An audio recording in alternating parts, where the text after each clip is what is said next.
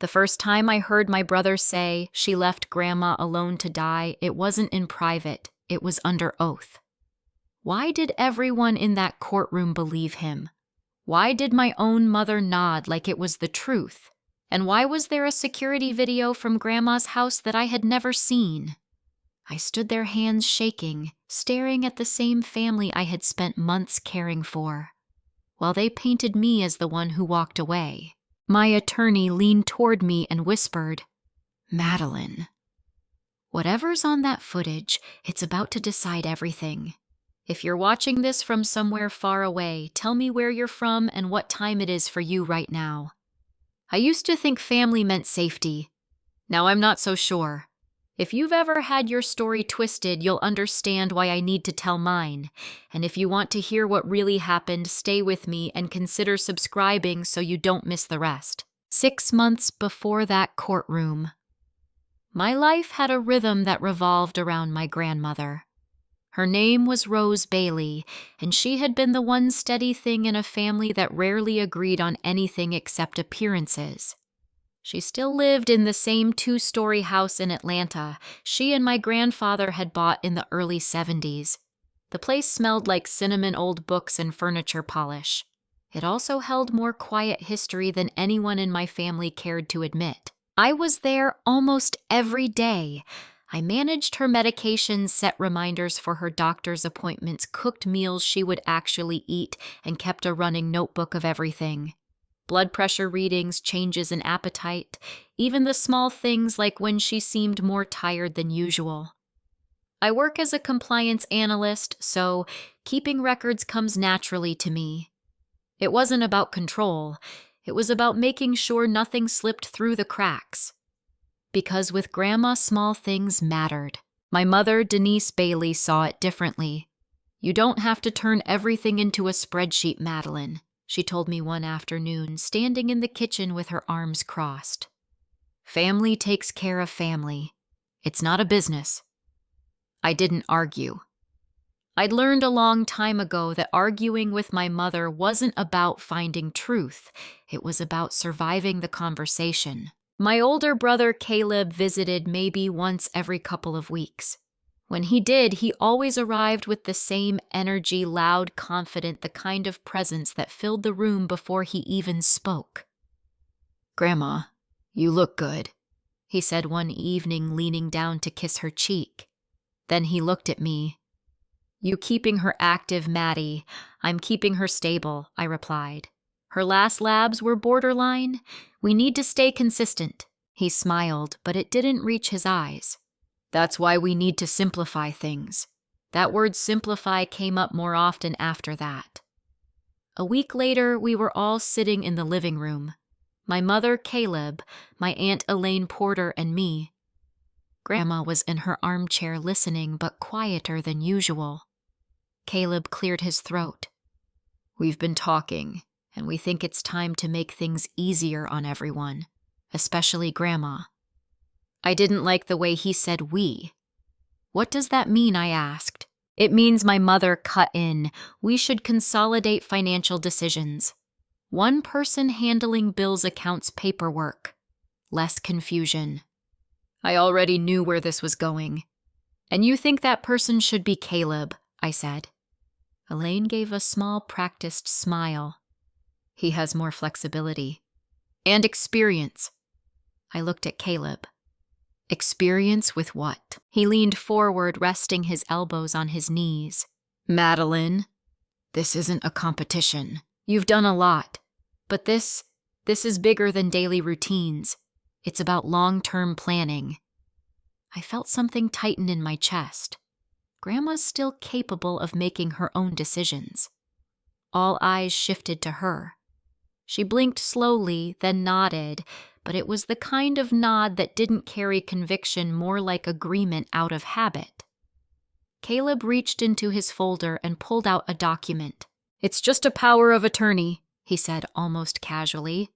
"Nothing extreme. It just allows me to handle things if needed." I took the paper from his hand. The heading was clear, "Durable Power of Attorney," and at the bottom there was a signature. Grandma's name. My stomach dropped. When did she sign this? I asked. Last week, my mother said quickly. I looked at Grandma. Do you remember signing this? She hesitated. That was the first thing I noticed. Then she said softly, they said it would help. With the bills. They. Not I. Not Caleb. Not Denise. They. I kept my voice calm. Grandma, did someone explain what this document does? Caleb exhaled sharply. Come on, Madelyn. You're making this sound like something it's not. I ignored him. Grandma. She looked at me, confusion flickering across her face. It just helps, right? That was when I knew something was off, because my grandmother had always been precise. Careful. The kind of woman who read every line before signing anything. This wasn't that. I handed the paper back, but I didn't let go immediately. I want a copy, I said. Caleb's expression shifted just slightly, but enough. Of course, he said. Transparency. The words sounded rehearsed. Later that night, after everyone left, I sat at the kitchen table with Grandma. Are you okay? I asked. She nodded, but her hands were folded too tightly in her lap. Madelyn, she said quietly. I don't like feeling like I'm behind. You're not behind, I said. You just need time. And clear information. She gave a small smile. You always explain things. That hit harder than I expected, because it meant someone else hadn't. I drove home that night with a copy of the Power of Attorney sitting in my bag. At a red light, I pulled it out again. Everything looked clean on the surface. Proper formatting, witness signatures, notarized. But something about it didn't sit right. Maybe it was the timing. Maybe it was the hesitation in Grandma's voice. Or maybe it was the way my family had suddenly become so coordinated. When I got home, I opened my laptop and started cross-checking everything I could.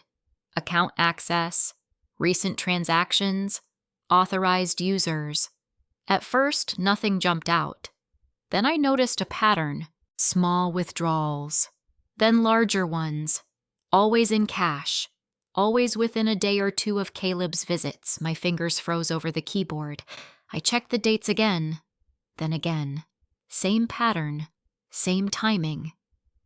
I leaned back in my chair, the room suddenly too quiet. This wasn't simplification. This was something else, something deliberate. And for the first time, I stopped asking whether something was wrong and started asking how long it had been happening. Because if I was right, then the story my family was building about me had already started. The next morning, I went to this bank before work. Not because I wanted to confront anything yet, but because I needed to be absolutely certain I wasn't imagining patterns where none existed. My grandmother's primary checking account was at a regional branch she'd used for years.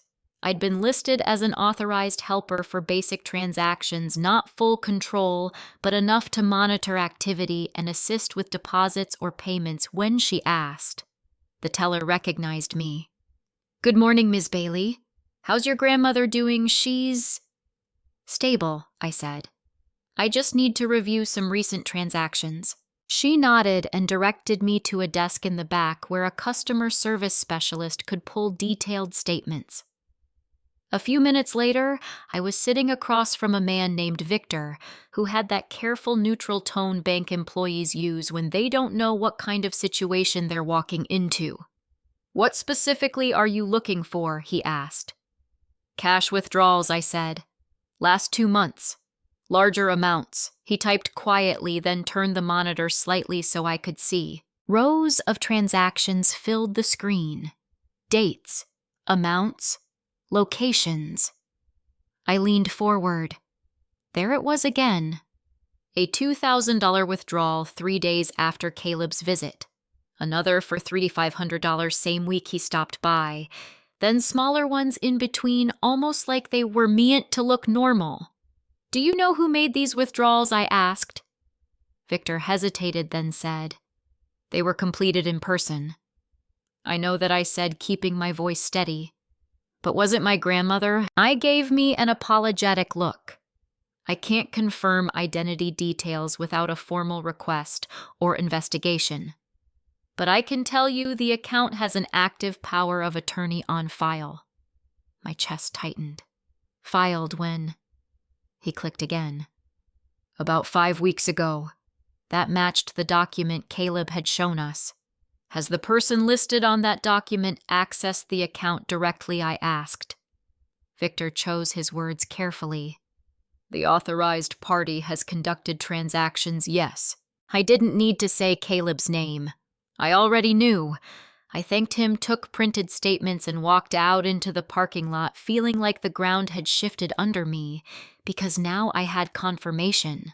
Not proof of intent, but proof of access. And in situations like this, access was everything. I sat in my car for a long time going over the timeline in my head. Every visit, every withdrawal, every conversation where Caleb had pushed the idea that things needed to be simplified. It wasn't random. It was structured, controlled. And suddenly the conversations at home started to make sense in a different way. Later that afternoon, I went back to my grandmother's house. Caleb's car was already in the driveway. I took a breath before walking in.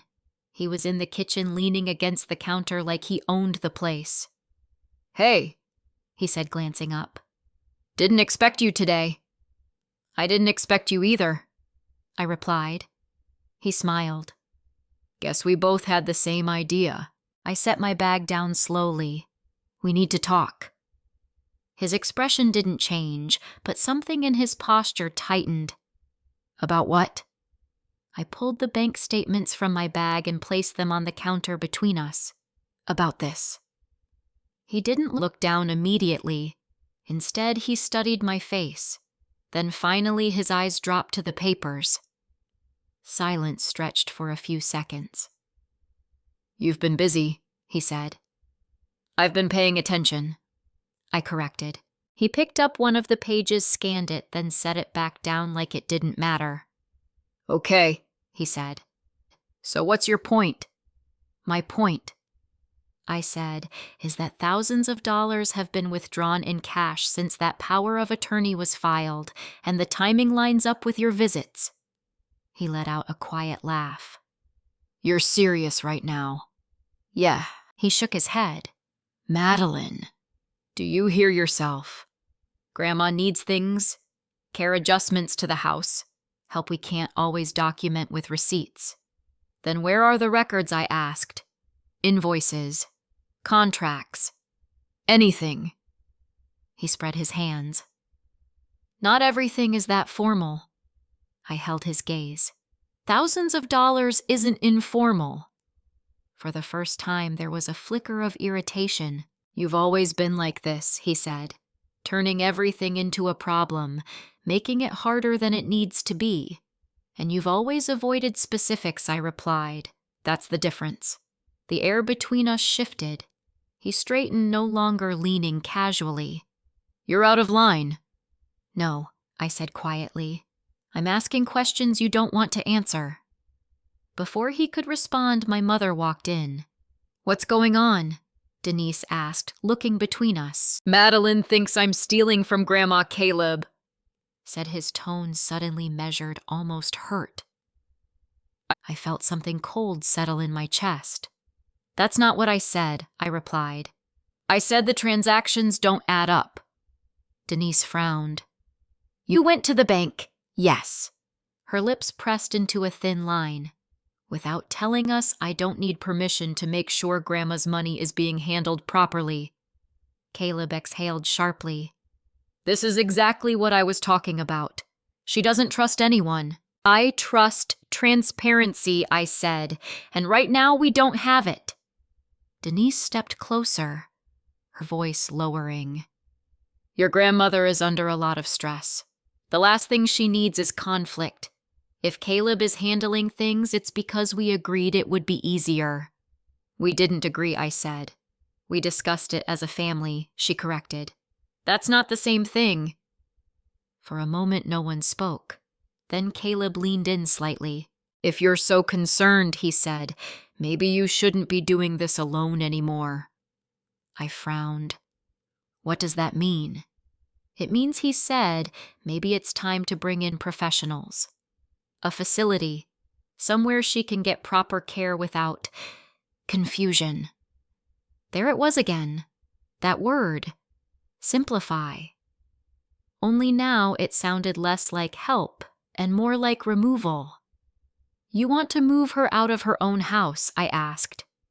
It might be the safest option, Denise said, for who I said before I could stop myself. Her eyes hardened. For her, she replied. But something in the way she said it didn't feel right, because it didn't sound like concern. It sounded like a decision that had already been made, and I was just now being informed. I looked from her to Caleb, then back at the statements on the counter. This wasn't just about money anymore. It was about control over her care, her environment, her voice. And if they were willing to push this far, then I had to assume they weren't done. That night, as I sat at my desk going over the statements again, my phone rang. The number was unfamiliar. I almost let it go to voicemail, but something told me not to. Hello, is this Madelyn Bailey? A calm voice asked. Yes, this is Dr. Harris. I'm calling about your grandmother, Rose Bailey. I sat up straighter. Is she okay? There was a brief pause. I need to discuss some recent changes in her care, he said, and I believe you may not be aware of them. My grip tightened on the phone. What changes? Another pause. Then, that's exactly what I'd like to clarify with you in person. I didn't sleep much that night. Dr. Harris's voice stayed with me, not urgent, not panicked, but careful.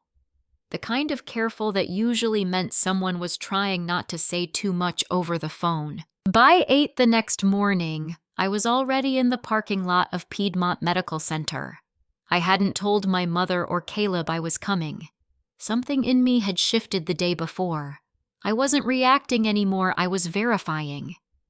Dr. Harris met me in a small consultation room just off the main hallway. He was in his late 50s, composed the kind of doctor who chose his words with precision. Ms. Bailey, he said, offering a handshake. Thank you for coming in. Please, I said, sitting down, just tell me what's going on. He closed the door before speaking. I've been reviewing your grandmother's records. He began sliding a folder onto the table. There are inconsistencies I wanted to clarify with you directly. My stomach tightened. What kind of inconsistencies? He opened the folder and turned it toward me. Appointment logs, dates, times, notes. Several entries were marked canceled. I scanned them quickly. These weren't canceled by me, I said immediately. I brought her to every appointment we scheduled. Dr. Harris nodded slightly. That's what I wanted to discuss. He pointed to the signature lines on the cancellation forms. Each one had a name written in careful, deliberate handwriting. Madelyn Bailey. But it wasn't mine. I never signed these, I said, my voice lower now. I had a feeling he replied. I looked up at him. Why? Because the cancellations followed a pattern, he said. Appointments that were meant to monitor her cognitive decline and medication adjustments. Important ones. My chest tightened. Who authorized them, I asked. He hesitated. The requests came through the front desk, he said. In person. In person, I repeated. He nodded. The staff recorded that a family member presented themselves as you. For a moment, I couldn't speak. Someone hadn't just interfered. They had impersonated me. How many times, I asked finally. He flipped a page. 4 confirmed cancellations in the last month. 4. 4 times her care had been interrupted, and I hadn't even known. I leaned back in my chair, trying to steady my breathing. This isn't just miscommunication, I said. This is deliberate. Dr. Harris didn't disagree. There's more, he added. I looked at him. Your grandmother was brought in once without you, he said. About 2 weeks ago. By who? Your brother, he said, and your mother. I closed my eyes for a second. Of course. What happened during that visit? I asked. He paused, choosing his words again. They discussed transitioning her to a long-term care facility. My eyes snapped open. Without me? Yes. And what did she say? Dr. Harris exhaled slowly. She appeared hesitant, confused. She deferred to them for most answers. That wasn't like her. Not the woman who raised me. Not the woman who used to correct waiters for getting her order slightly wrong. What about her condition? I asked. Is she at a point where she needs that level of care? He shook his head. Not necessarily, he said. With proper support at home, she can remain where she is.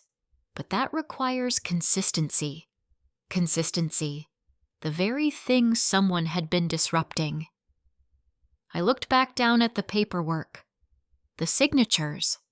My name written over and over again by someone else's hand. This could affect her treatment plan, I said. It already has, he replied quietly. That landed harder than anything else, because it meant the damage wasn't theoretical. It was real. How do we fix this? I asked. Dr. Harris folded his hands on the table. First, we document everything he said. Second, we restrict who can make changes to her appointments moving forward. And third, he paused. You need to consider the legal implications. I let out a breath I hadn't realized I'd been holding. I already am. When I left the hospital, the morning sun felt too bright, like the world hadn't gotten the memo that something was wrong. I sat in my car again, but this time I didn't wait. I pulled out my phone and started writing down everything: dates, conversations, names. If someone was building a narrative about me, then I needed to build one based on facts. Not assumptions, not emotions. Facts. Later that afternoon, I went back to my grandmother's house. The front door was unlocked. That wasn't unusual, but something about it made me pause. Inside the house felt off. Quieter than usual. I found Grandma in the living room sitting in her chair, a blanket draped over her lap. Hey, I said softly, walking over. She looked up and for a moment her face lit up. Madelyn, she said. You came. I always come, I replied, forcing a small smile. I knelt beside her. Did Mom or Caleb take you to the doctor recently? She frowned slightly, thinking. They said you were busy, she said, that you couldn't make it anymore. My chest tightened. I never said that, I said gently. She looked at me, confusion deepening. I thought. She began, then stopped. I took her hand. Grandma, if I'm not here, it's not because I don't want to be. She squeezed my fingers weakly. I know, she said. I just get mixed up sometimes. I nodded, but inside something sharpened. This wasn't just about money. It wasn't even just about control. It was about rewriting reality, making her believe I was absent, so that when they told that story to other people, it would sound true. I stood up slowly and looked around the room. That was when I noticed something I hadn't paid attention to before. In the corner near the bookshelf mounted high on the wall, a small dark dome. The security camera. I walked closer, pretending to adjust a picture frame beneath it. The indicator light was faint but on. Still recording, still watching. I turned back to my grandmother. Grandma, I said casually, has that camera always been working? She followed my gaze. Oh, your grandfather had those installed years ago, she said. Your brother said they were old, but I don't think they ever stopped. I felt my pulse pick up. If that camera had been recording this whole time, then everything that happened in this house might not be just memory. It might be evidence. I didn't say anything else about it. Not yet. Because if Caleb and my mother believed I was still in the dark, then I needed to stay there a little longer. Long enough to see what they did next. And long enough to make sure that when the truth came out, it couldn't be twisted. That night I went home and opened my laptop again. But this time I wasn't looking at bank statements. I was looking up the model number of an old security system and how long it stored footage. Because if I was right, then somewhere inside that system was a version of the story no one could rewrite. That night I didn't open the bank statements. I opened a search engine. The camera I had seen in Grandma's living room wasn't new. The casing was slightly yellowed, the lens set into a dark plastic dome older than most of the smart systems people install now. I had a vague memory of my grandfather insisting on installing it after a break-in on the block years ago. I searched by description first, then by model, then by manufacturer. After about 20 minutes, I found something close enough to narrow it down. A legacy security system, hardwired local storage, optional cloud backup. If someone had upgraded it later, most people hadn't. But what mattered wasn't how modern it was. What mattered was this: it recorded continuously, looping over itself unless the data was exported. Unless someone had already pulled footage out, it could still be there. I sat back staring at the screen. How long does it keep footage? I muttered. The answer depended on storage capacity, but even the conservative estimates gave me something. 2 weeks, maybe 3. Enough time to overlap with at least some of the bank withdrawals. Enough time to catch who was actually coming and going if I moved fast. The next morning, I stopped by a small electronics repair shop on my way to Grandma's house. The man behind the counter introduced himself as Luis. I showed him a photo I had discreetly taken of the camera the day before. Old system, he said, nodding. But solid. These things don't die easily. Would it still be recording? I asked. If it has power, yes, he said. Question is where it stores the footage. Can I access it? He shrugged. Depends if you have the main unit. Usually in a closet basement somewhere hidden. You'd need to connect to it directly, or pull the hard drive. I nodded slowly. Is that complicated? I gave me a small smile. Not if you know what you're doing. Or if you're careful. Careful. That word stayed with me as I drove the rest of the way. When I got to Grandma's house, the driveway was empty. Good. I let myself in quietly, my eyes already scanning for anything I might have missed before. Grandma, I called. I'm in here, she answered from the living room. I stepped in, greeted her, made sure she was comfortable, then said, I'm going to check something in the hallway closet. I think the heater's been making a noise. It wasn't a complete lie. That closet had always been a catch-all for anything my grandfather installed, tools, wiring, old manuals. If there was a control unit for the cameras, it would be there. I opened the door and crouched down, pushing aside a stack of boxes. It took less than a minute to find it. A rectangular metal box, mounted low against the wall with a small blinking light. Still powered. Still active. My pulse picked up. I ran my fingers along the side until I found a panel, then carefully opened it.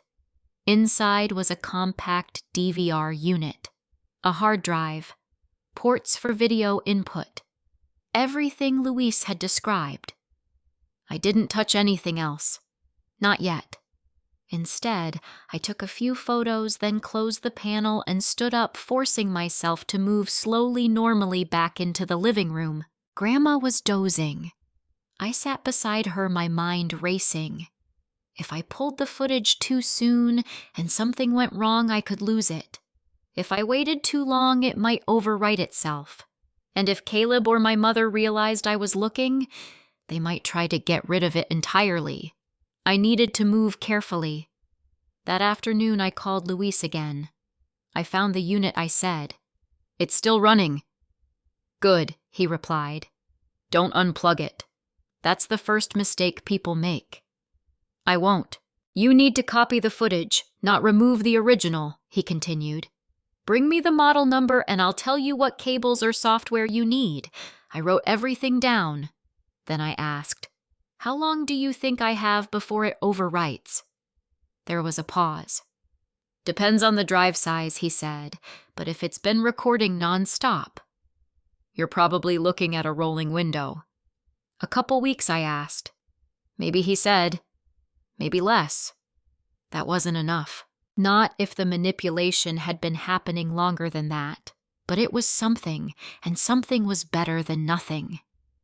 That evening, I went back to the closet. This time, I brought a small external drive and the cables Luis had recommended. My hands were steady, but only because I forced them to be. I connected everything exactly the way he had described. No shortcuts, no assumptions. The system took a moment to respond. Then a low hum. Then a faint interface appeared on the small monitor I had connected. Grainy footage. Time-stamped. My breath caught. I navigated carefully, scrolling back through the days. There I was, coming in through the front door carrying groceries. Grandma sitting in her chair. Normal moments, routine. Proof that I had been there. But I kept going. Further back. The date shifted. Another day. Another set of entries. Then Caleb. He stepped into frame alone. I leaned closer. He looked around, then walked directly toward Grandma. The audio wasn't clear, but his body language was. Assertive. Controlled. He handed her something. A document. My stomach tightened.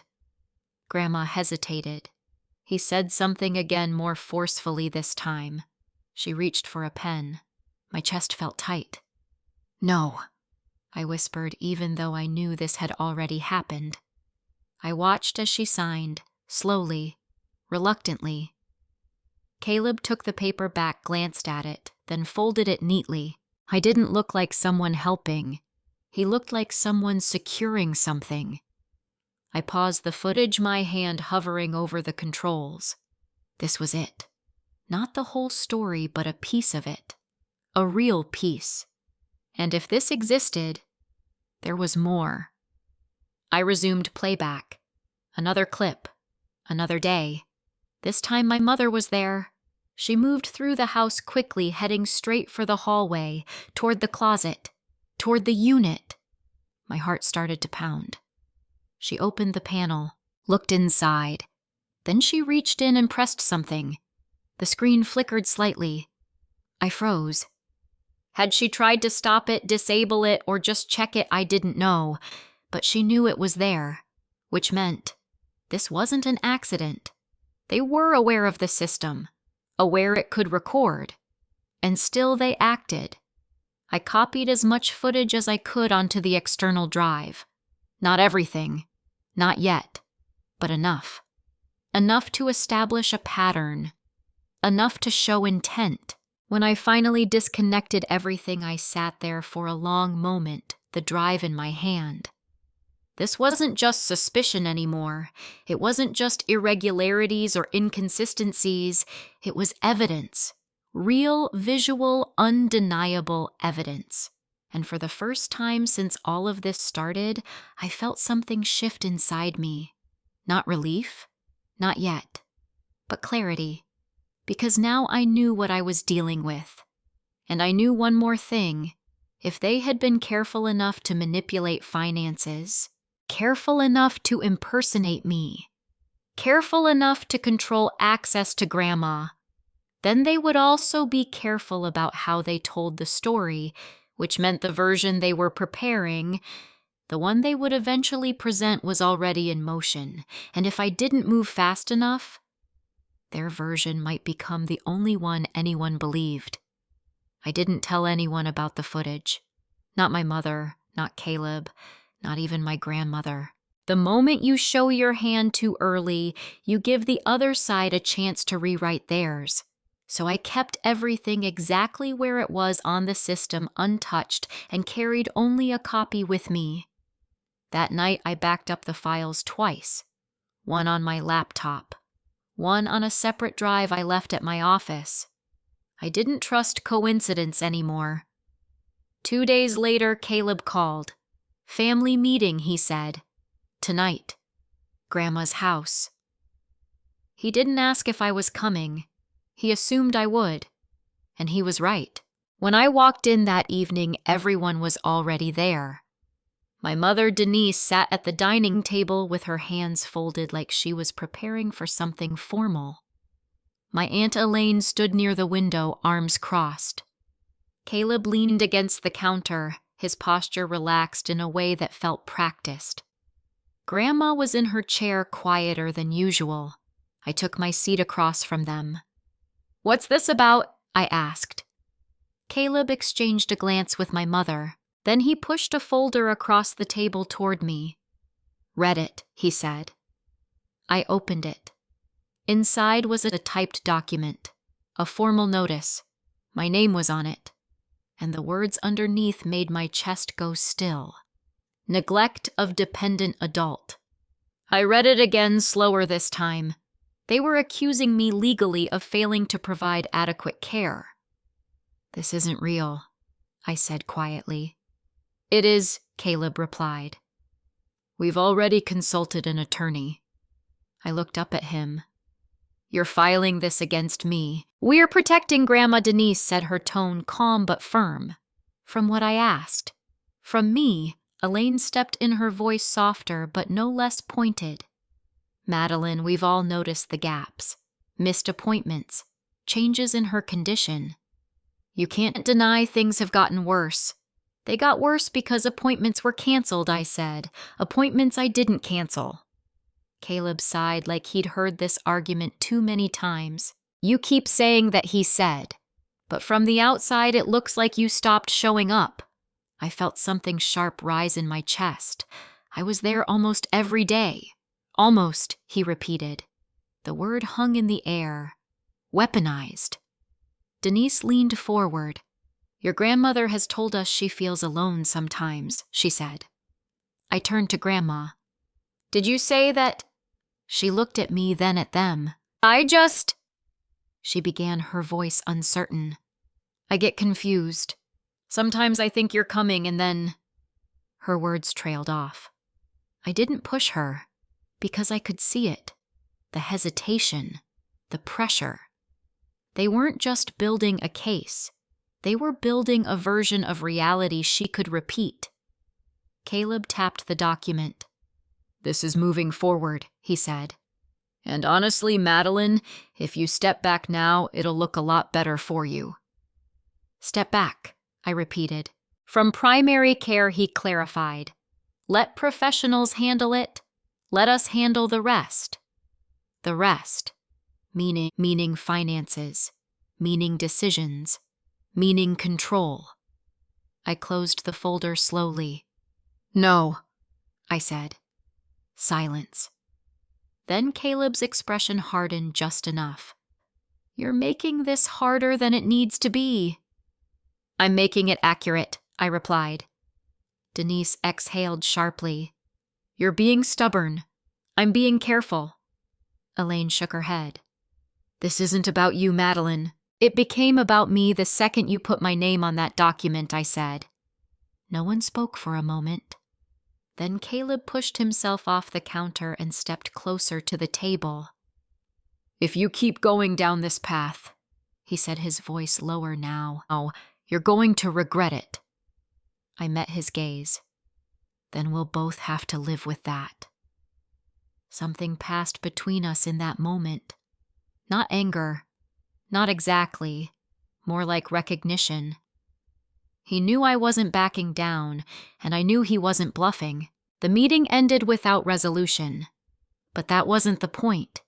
The point had been to establish their narrative, and to warn me what would happen if I didn't align with it. Later that night, I sat in my car outside the house, the engine off the folder still in my lap. Neglect. Failure to provide care. Words that didn't just question what I had done, they erased it. I pulled out my phone and opened the video files again. Paused on the frame where Caleb stood in front of Grandma, document in hand. Paused on the moment she hesitated. Paused on the way he leaned in just slightly before she signed. Then I switched to another clip. My mother. At the system. At the camera. Aware. Deliberate. This wasn't messy. It wasn't confusion. It was structured. And now they were escalating. I called Rachel Kim the next morning. "I need to move faster," I said as soon as she answered. "Tell me what you have," she replied. I did. Everything. The bank statements, the canceled appointments, the impersonation, the footage. There was a pause when I finished. Then she said, "Madelyn, this changes the case." How I asked. "Because now we're not just responding to their claims," she said. "We're building a counter-narrative with evidence." I leaned back in my chair. "They've already filed," I said. "Or they're about to." "Then we file first," she replied, "and we include everything." For what? For fraud, for coercion, for interference with medical care. The words landed with weight. Real weight. This wasn't just family conflict anymore. This was legal territory. Serious legal territory. "There's one more thing," she added. "What if they're confident enough to accuse you this directly?" She said it means they believe their version will hold up in court. I looked down at the external drive sitting on my desk. "They haven't seen the footage," I said. "No," she replied. "And we don't show it yet." I frowned. "Why not?" "Because timing matters," she said. "If we introduce it too early, they'll adjust. They'll explain. They'll prepare." I understood. We needed them committed to their version, fully, publicly, under oath. "So we wait," I said. "We prepare," she corrected. That distinction mattered. Over the next week, everything moved quickly. Rachel filed motions, requested records, locked down access to certain documents, and I kept doing what I had been doing from the beginning, documenting everything, every conversation, every visit, every change. Because now it wasn't just about proving I had been there. It was about proving what they had done, and how far they had gone to make it look like I hadn't. A few days later, I received the official notice. A court date, set for the following month. I stared at it for a long time, because now it was real. Not implied, not threatened, scheduled. I thought about everything that had happened up to that point. The signatures, the withdrawals, the cancellations, the accusations, and the footage. Still sitting there, waiting. Because when that video finally played, it wouldn't just challenge their story, it would replace it. And the question wasn't whether the truth would come out. The question was, how much damage would already be done by the time it did? My grandmother passed away on a Tuesday morning. I found out from a voicemail. "Madelyn." My mother's voice said steady in a way that didn't feel natural. "Your grandmother passed early this morning. We're handling arrangements. We'll let you know when everything is finalized. No come over. No she asked for you. No pause that sounded like grief. Just information." I replayed the message twice, like maybe I had missed something in the tone. I hadn't. By the time I got to the house, Caleb's car was already there. So was my Aunt Elaine's. The front door was open, voices inside low and controlled. Not crying. Coordinating. I stepped in slowly. The air felt different. Not just because she was gone, but because something had shifted in how everyone was behaving. Like a meeting had already happened before I arrived. Madelyn Elaine said first, giving me a brief, almost formal hug. "I came as soon as I heard," I said, looking around. "Where is she at the hospital?" Denise answered from across the room. They've already taken care of everything.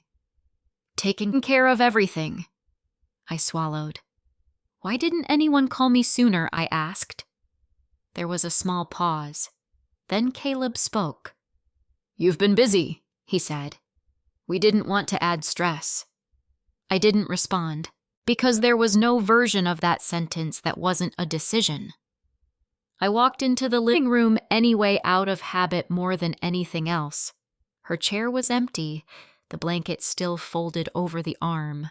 A glass of water on the side table half full, like she had just stepped out for a moment. I stood there longer than I meant to. Then I turned back.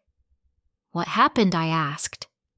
Denise answered this time, her tone measured. She declined quickly over the last few days, she said. We did what we could. When I asked, when did it get worse? Caleb stepped in before she could answer. Madelyn, this isn't the time. It is the time, I said more sharply than I intended, because I wasn't told. Another pause. Then Denise said, she didn't want to worry you. I almost laughed. Not because it was funny, because it was so clearly constructed. My grandmother, who used to call me if she couldn't find her reading glasses, had suddenly decided not to tell me she was getting worse. That wasn't her. That was someone else's version of her. I let it go, for the moment, because I could feel it. This wasn't the real conversation they wanted to have. That came later, at the lawyer's office, 2 days after the funeral. The room was polished, neutral, designed to keep emotions from spilling over. There were 5 of us at the table. Me, Caleb, Denise, Elaine, and Mr. Whitaker, the family attorney. He adjusted his glasses and opened a folder. We're here to review the most recent will of Rose Bailey, he said. Most recent. The words landed exactly the way they were meant to. He began reading. Formal language, structured, clean. Then, to my grandson Caleb Bailey, I leave the primary residence and associated assets. I didn't react. I kept my face still, because I was waiting. To my daughter Denise Bailey I leave. More allocations, more distributions, then nothing, no mention of me, not even a token, just absence. Mr. Whitaker closed the document. That concludes the will, he said. Silence filled the room.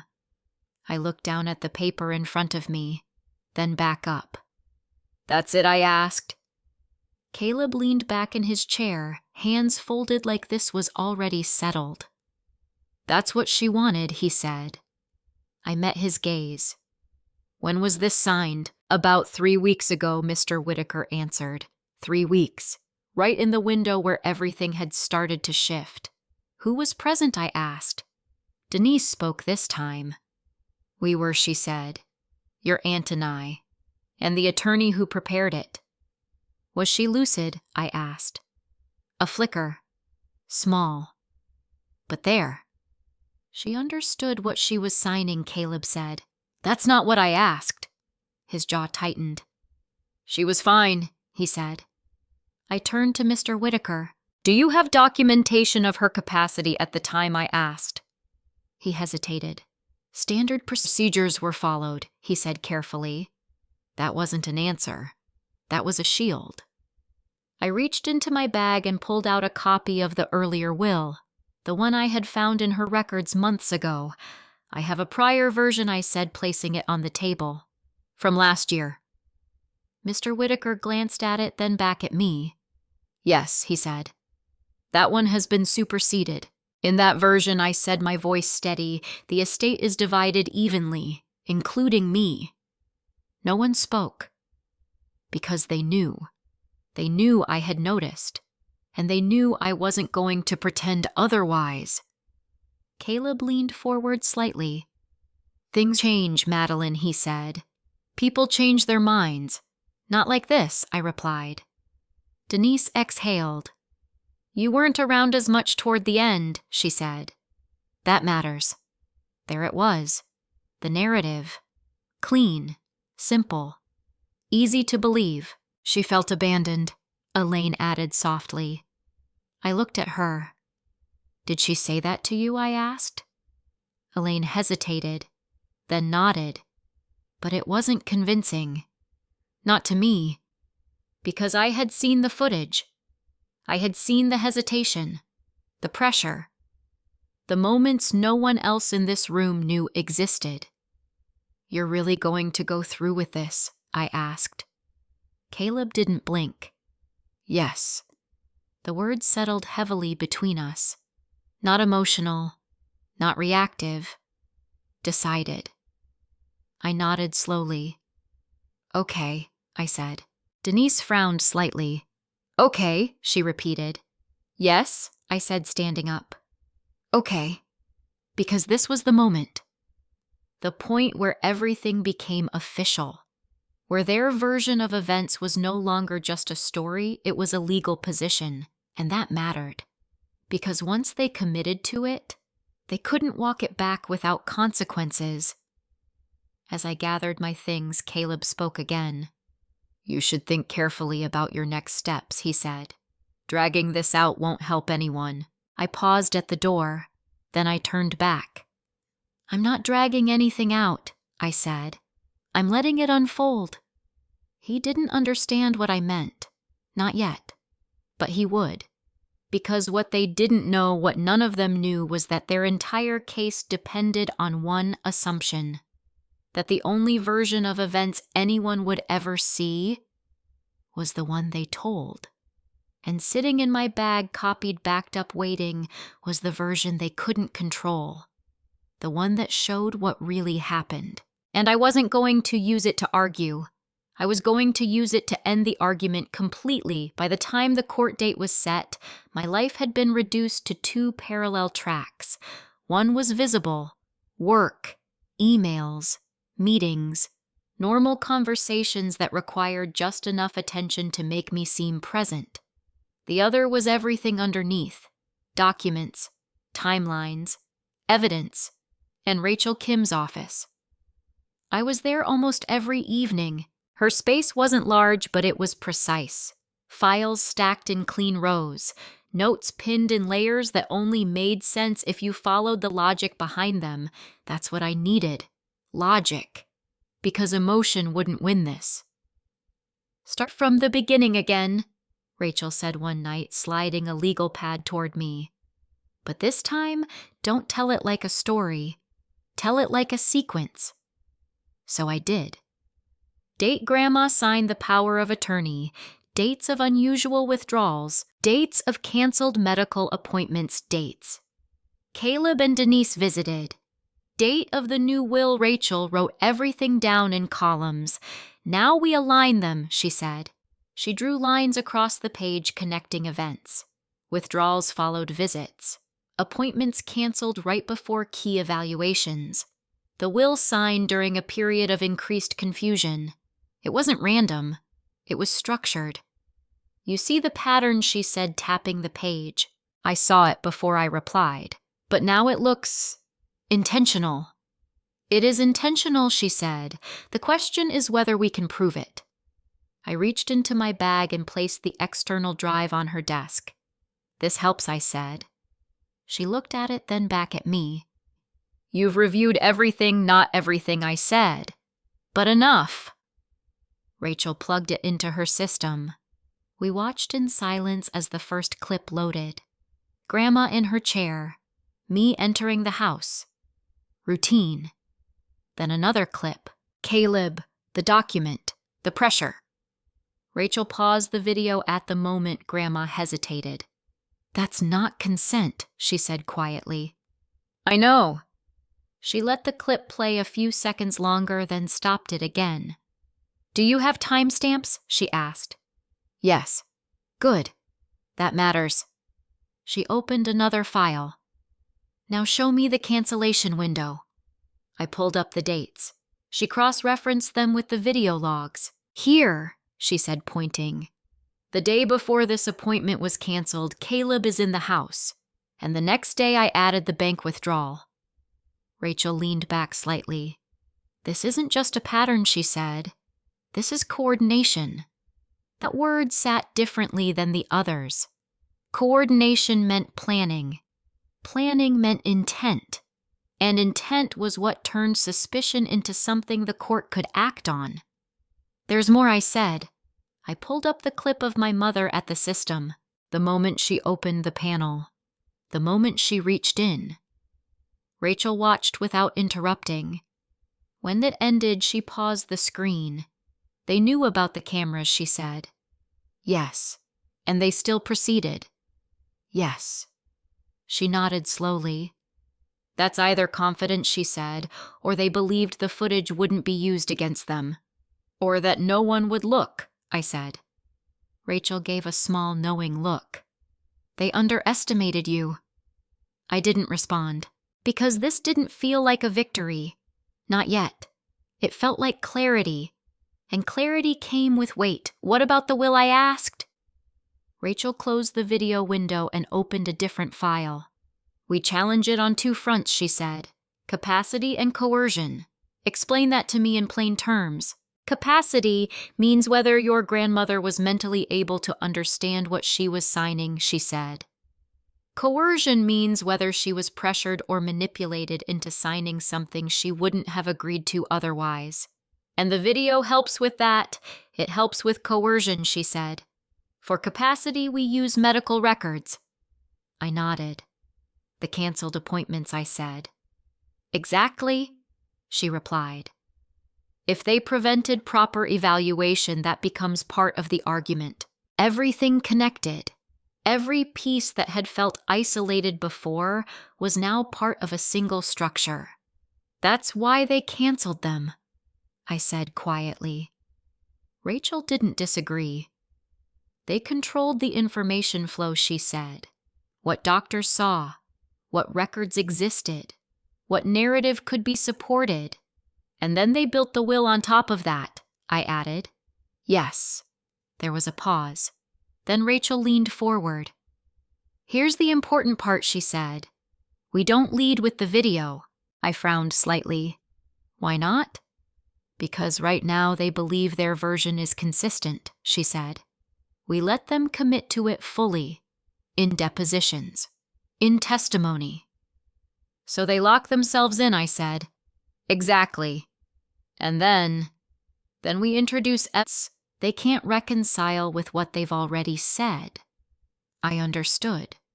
It wasn't just about proving the truth. It was about exposing the contradiction. And contradiction under oath carried consequences. What about the neglect claim, I asked. Rachel flipped to another set of notes. We counter with documentation, she said. Your logs, your visits, your communications, and the footage showing you were present, and them blocking access, I added. Yes, she said. That's critical. For the first time in weeks, I felt something close to stability. Not relief, but direction. We weren't reacting anymore. We were building. The days leading up to the hearing moved quickly. Depositions were scheduled. Statements were submitted. And I watched as my family leaned deeper into their version of events. Caleb described himself as the one who stepped in when I pulled back. Denise spoke about concerns regarding my consistency. Elaine reinforced both, adding small details that made their story feel more complete. Individually, each piece sounded plausible. Together, they formed something convincing. That was the point. They weren't lying randomly. They were telling a coordinated story. One that only worked if no one questioned it too closely. One that depended on absence, on gaps, on things that couldn't be verified. Except now some of those things could be. The night before the hearing, I sat alone in my apartment, the external drive on the table in front of me. I didn't open it. I didn't need to. I already knew what was on it. Instead, I thought about my grandmother. The way she used to correct my grammar when I was younger. The way she insisted on writing checks by hand even when online banking existed. The way she paused before signing anything, always reading twice. That was the version of her I held on to, not the one they described, not the one they tried to use, because tomorrow that difference would matter. I picked up my phone and checked the time. Then I set an alarm, not because I was worried about oversleeping, but because I wanted everything to be exact, controlled, documented, just like everything else had become. And as I turned off the lights, one thought stayed with me. They had spent months building a story about my absence. Tomorrow I was going to show exactly where I had been, and more importantly, what they had been doing while I was there. The courtroom felt smaller than I remembered. Not physically, but in the way everything narrowed once you stepped inside. Every sound sharper, every movement noticed. I sat beside Rachel Kim, hands folded in my lap, while my family took their seats across the room. Caleb didn't look at me at first. He was focused on his attorney, speaking in low, controlled tones. My mother sat upright, composed, the kind of calm that only worked if no one challenged it. Elaine kept her eyes down, as if staying quiet could keep her out of the center of it. The judge entered. Everything began. The first half of the hearing moved exactly the way Rachel had predicted. Their version came first. Caleb testified. He spoke clearly, confidently, like someone who had rehearsed every sentence until it sounded natural. "I stepped in when my sister started pulling away," he said. "Our grandmother needed consistency. She wasn't getting it." He didn't raise his voice. He didn't need to. He made it sound reasonable, measured, responsible. Their attorney guided him carefully. "Did you observe gaps in Madelyn's care?" "Yes," Caleb said. "Missed appointments. Days where Grandma expected her and she didn't come." "Did your grandmother express concern about that?" "She did," he said after a brief pause. "She felt abandoned." The word landed exactly where it was meant to. I felt it, but I didn't react. Rachel had told me not to. Let them finish their story, she had said. Completely. My mother followed. Her testimony was softer, more emotional. "I didn't want to believe it at first," Denise said, her voice catching just enough to sound real. "But I started noticing the same things. The confusion, the missed visits. It was like something changed." "What did you do in response?" their attorney asked. "We tried to support her," she said. "We made sure she got to appointments. We handled what Madelyn couldn't." Handled. The word slid into place like it belonged there. Elaine added smaller details, confirmations, observations, moments that filled in the gaps between their statements. Individually, none of it was dramatic.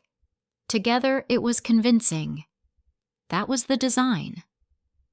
By the time they finished, the room had settled into their version of events.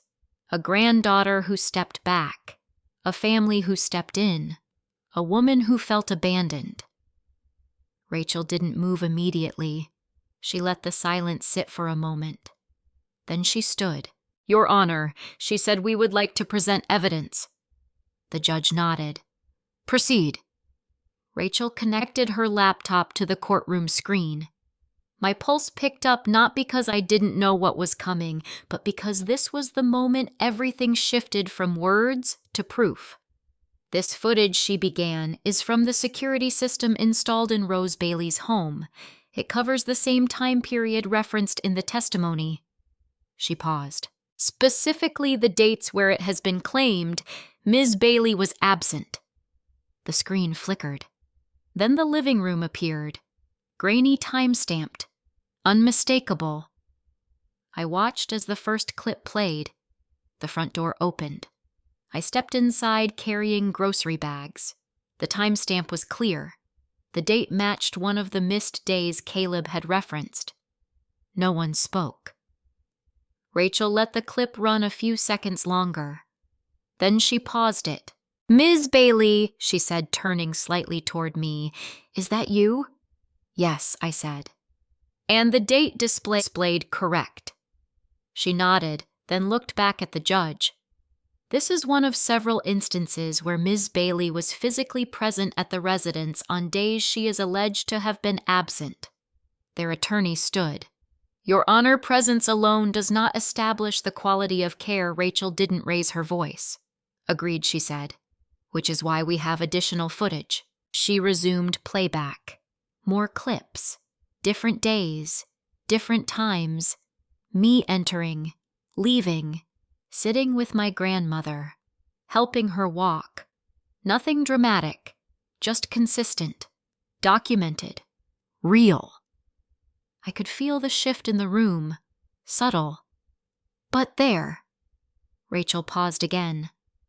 Now she said we would like to address the claim that Ms. Bailey failed to attend critical appointments. She clicked to another segment. The screen changed.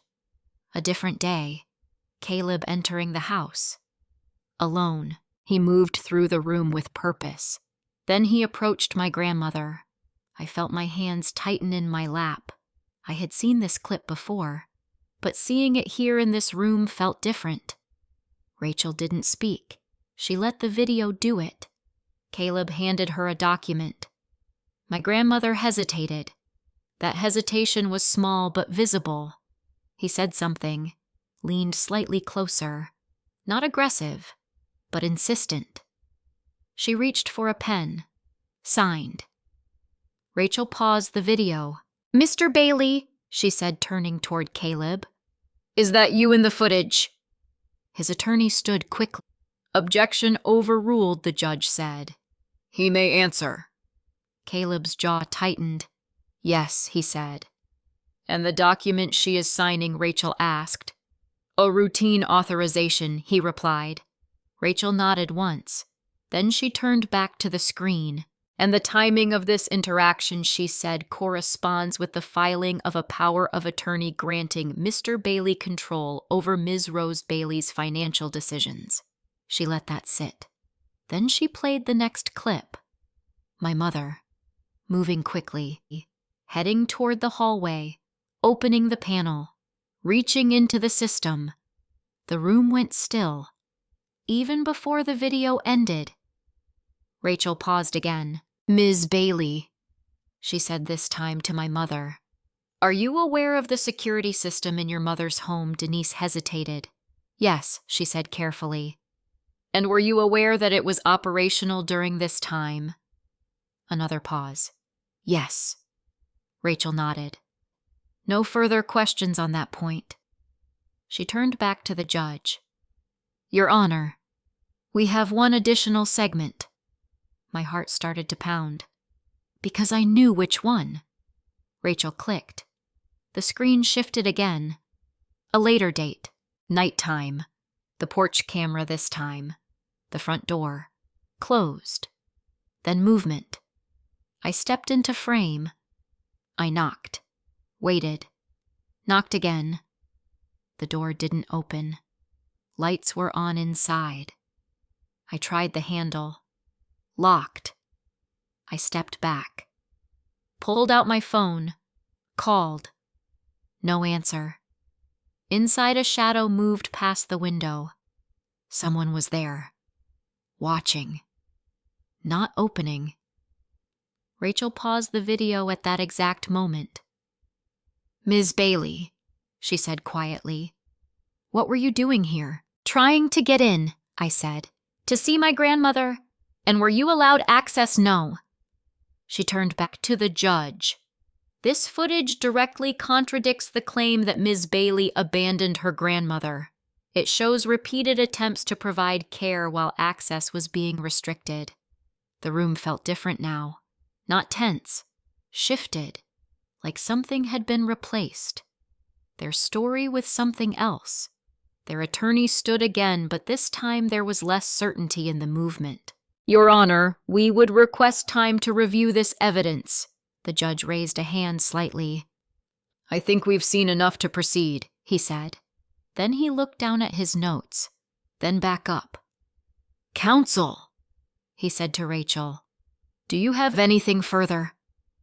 Rachel didn't rush her answer. "Yes," she said. but I believe the next segment should be addressed in full context. The judge nodded. Very well. Continue. Rachel's hand hovered over the keyboard, and for the first time since the hearing began, I saw something shift in Caleb's expression. Not confidence, not control, something closer to recognition. Because whatever came next wasn't something they had prepared for. Rachel didn't speak right away. She let the silence stretch just long enough for everyone to feel it. Then she pressed play. The final clip loaded. Same living room, same angle, same quiet familiarity of a space that had once felt safe. But this time it wasn't calm. It was late afternoon, the light dimmer, shadows longer. My grandmother sat in her chair, her posture more fragile than I remembered. Caleb stood in front of her again, but this time my mother was there too, standing slightly behind him. The three of them formed a line, a barrier. Rachel didn't narrate. She didn't need to. Caleb placed a document on the small table in front of my grandmother. My mother said something. I couldn't hear the words clearly, but her tone carried urgency, not panic, not concern, pressure. My grandmother shook her head faintly. It was subtle, but unmistakable. Caleb leaned closer. His hand hovered just above the paper, not touching her, but directing her attention, controlling the moment. My mother stepped forward, placing a pen into my grandmother's hand. There was a pause, a longer one this time. Then my grandmother signed, slow, uneven, nothing like the steady signature I had known all my life. Rachel paused the video on that frame, the signature still fresh. The pen still in her hand.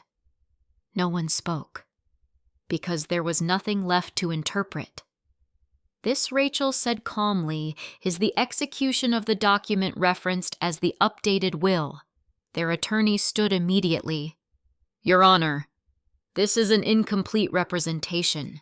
There's no audio context. There doesn't need to be. The judge, said his voice even but firm. The room held still. Rachel continued. In addition to this footage, she said we have corroborating medical records indicating that Ms. Rose Bailey's cognitive state was compromised during this time, records that were impacted by unauthorized appointment cancellations. She didn't raise her voice. She didn't need to. Everything connected on its own. The judge leaned back slightly, looking from the screen to Caleb, to my mother. Mr. Bailey, he said, do you wish to clarify your prior testimony? Caleb opened his mouth, closed it, looked at his attorney, then forward again. His confidence was gone now, replaced with calculation. We were trying to help her, he said finally. The sentence sounded smaller than it had before. By isolating her from consistent medical care, the judge asked. No, Caleb said quickly. That's not. By restricting access from another family member who was providing that care, the judge continued. My mother shifted in her seat. It wasn't like that, she said. She was confused. She needed stability. And you believed stability meant limiting who she could see, the judge asked. Denise didn't answer, because every answer now had to fit what was already on the screen, and nothing did. Rachel didn't interrupt. She didn't press. She let the weight of it settle, because this wasn't about arguing anymore. It was about recognition. The judge looked down at his notes again, then back up. Based on the evidence presented, he said this court finds sufficient cause to invalidate the contested will. The words landed clean, final. The prior version will be reinstated pending further review. A breath I hadn't realized I'd been holding finally released. But the judge wasn't finished. Additionally, he continued, the court is referring this matter for further investigation regarding potential financial exploitation and interference with medical care. That shifted everything again. Not just a ruling. Consequences. Real ones. I didn't look at Caleb. Or my mother. I didn't need to, because whatever was happening on their side of the room, it no longer involved me. The hearing concluded shortly after that. Papers were gathered, voices returned, but they sounded different now. Quieter, less certain. I stepped outside into the afternoon light, the air warmer than I expected. Rachel joined me a moment later. "You did exactly what you needed to do," she said. I nodded. "Thank you," I replied. She gave a small smile. Most people don't realize she said that cases like this aren't won by emotion. They're won by consistency. Consistency. The thing they had tried to erase. The thing I had documented. The thing that in the end spoke louder than anything else. We stood there for a moment in silence. Then she said, "What you do next is up to you." I knew what she meant, because winning the case wasn't the same as deciding what came after. A week later, I went back to my grandmother's house. Alone. The same chair was still there. The same light came through the window in the afternoon, but it felt different now. Not empty, just quiet. I sat where I used to sit beside her and let the silence settle. For the first time in months, there was no urgency, no need to prove anything, no need to defend, just space. I thought about everything that had happened, not as a sequence of events, but as a shift in what I understood about family, about trust, about boundaries. Because the truth is, I didn't win because I was stronger than them. I won because I paid attention, because I asked questions when things didn't make sense, because I documented instead of arguing, because I waited until the truth could stand on its own. And when it did, it didn't need me to push it. It just needed to be seen. I stood up, walked to the window, and looked out at the street my grandmother had lived on for decades. Familiar, unchanged. But I wasn't the same person who had walked into that courtroom. And I wasn't going back to who I had been before this started. Not with them. Because boundaries aren't punishments. They're decisions. And for the first time, I understood that clearly. I picked up my bag and headed for the door. Not because I was leaving something behind, but because I finally knew what I was taking with me and what I wasn't. After everything I learned, something I wish I had understood sooner. Being right doesn't protect you, being prepared does. For a long time, I thought love meant giving people the benefit of the doubt, letting things slide. Trusting that intention mattered more than action. But when patterns repeat, when explanations don't match outcomes, when your reality starts to feel like it's being rewritten, that's not misunderstanding. That's manipulation. Setting boundaries isn't revenge. It's clarity.